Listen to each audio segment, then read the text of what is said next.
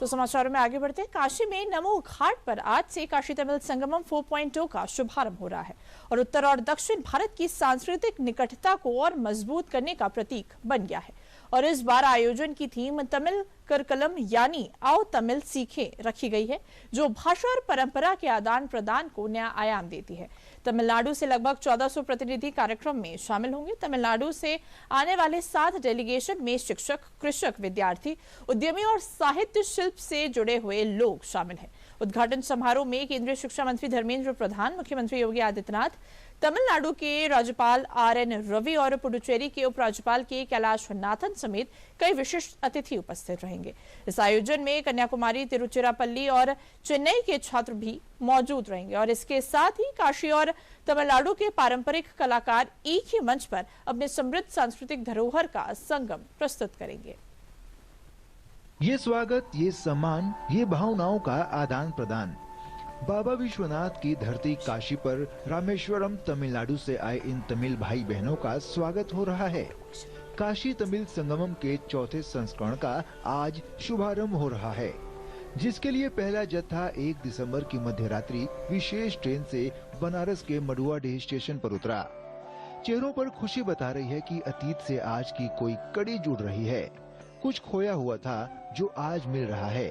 भारत अपने भारत से जुड़ रहा है। काशी और तमिल जो एक हो रहा है, एक मिलन हो रहा है, पहले से भी एक था, लेकिन और उसमें गठबंधन में बहुत प्रगाढ़ आ रहा है। आदरणीय हमारे वाराणसी के सांसद, देश के सबसे प्रधानमंत्री, दुनिया के सबसे लोकप्रिय नेता आदरणीय नरेंद्र मोदी जी का आह्वान है कि इसमें जरूर भागीदारी, मिलन में भागीदारी जरूर होना चाहिए। और बड़ी खुशी की बात आज देखा तो साउथ से सब लोग आवा तो, और माननीय मोदी जी भी जब आवलन तो भोजपुरी में रंग लिया देवलन, और हम लोग कई माटी की भाषा आज हम लोग देखो तो रात भर जागते।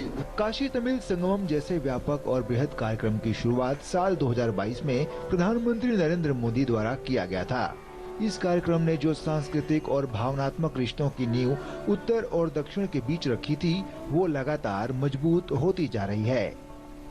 लगातार अलग अलग संस्करणों में तमिलनाडु से अलग अलग ग्रुप, जिसमें विद्यार्थी, शिक्षक, लेखक, आध्यात्मिक जन, साहित्य और शिल्प से जुड़े लोग शामिल हो रहे हैं। इस बार भी ऐसे 7 ग्रुप आ रहे हैं, जिसमें 1400 प्रतिनिधि शामिल हैं। ये ग्रुप वाराणसी, प्रयागराज और अयोध्या के दर्शन करने के साथ काशी में मुख्य कल्चरल और स्पिरिचुअल जगहों जैसे काशी विश्वनाथ मंदिर, केदार घाट, सारनाथ और तमिल हेरिटेज पॉकेट्स का दौरा करेंगे। काशी तमिल संगमम का चौथा एडिशन हो रही है और इसमें 7 अलग अलग डेलीगेशन तमिलनाडु से आएंगे। लगभग 1800 डेलीगेशन आएंगे और ये 2 दिसंबर से लेके 15 दिसंबर तक यहाँ गंगा के तट पर नमो घाट पे इसका आयोजन हो रही है। इस साल का जो काशी तमिल संगमम है, इसका थीम है तमिल करकलाम, यानी आएंगे, आइए हम तमिल सीखें। यही इसका इस साल का जो थीम है। काशी तमिल संगमम के चौथे संस्करण में पहला जत्था आज तमिलनाडु के कन्याकुमारी से जो गाड़ी चली थी, उसमें स्टूडेंट्स आए हैं और ये 216 की संख्या में है।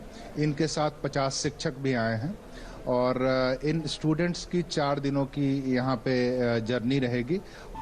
आज दोपहर के बाद काशी के पवित्र नमो घाट पर आयोजन का औपचारिक शुभारंभ एक भव्य सांस्कृतिक माहौल के बीच होगा, जब उत्तर प्रदेश के मुख्यमंत्री योगी आदित्यनाथ इसकी शुरुआत करेंगे। कार्यक्रम में केंद्रीय मंत्री धर्मेंद्र प्रधान, उप मुख्यमंत्री ब्रजेश पाठक और पुडुचेरी एवं तमिलनाडु के राज्यपाल भी शामिल होंगे। हम कह सकते हैं कि काशी की धराधाम पर यहाँ पर काशी तमिल संगमम का जो चौथा संस्करण है, उसकी एक तरीके से शुरुआत हो रही है, क्योंकि पहला जत्था यहाँ पर पहुंच चुका है और इस जत्थे में लगभग 250 प्रतिभागी शामिल हैं, जिसमें कि विद्यार्थी हैं, उनके साथ शिक्षक हैं और वो यहाँ पर आए हुए हैं। चौथे संस्करण में खासा इस बात का ध्यान रखा जा रहा है कि तमिल करिकलम यानी कि आओ तमिल सीखें, और इसीलिए यहाँ पर शिक्षक आए हुए हैं जो कि लगातार 13 दिनों तक अलग अलग स्कूलों में यहाँ पर बच्चों को तमिल सिखाएंगे और छोटे छोटे शब्दों से वाक्य बनाना सिखाएंगे। और ये अपने आप में एक अभिनव प्रयोग है और ये परिणाम है, ये नतीजा है। कैमरामैन नवीन कुमार के साथ मनीष बाजपेयी, DD न्यूज, वाराणसी।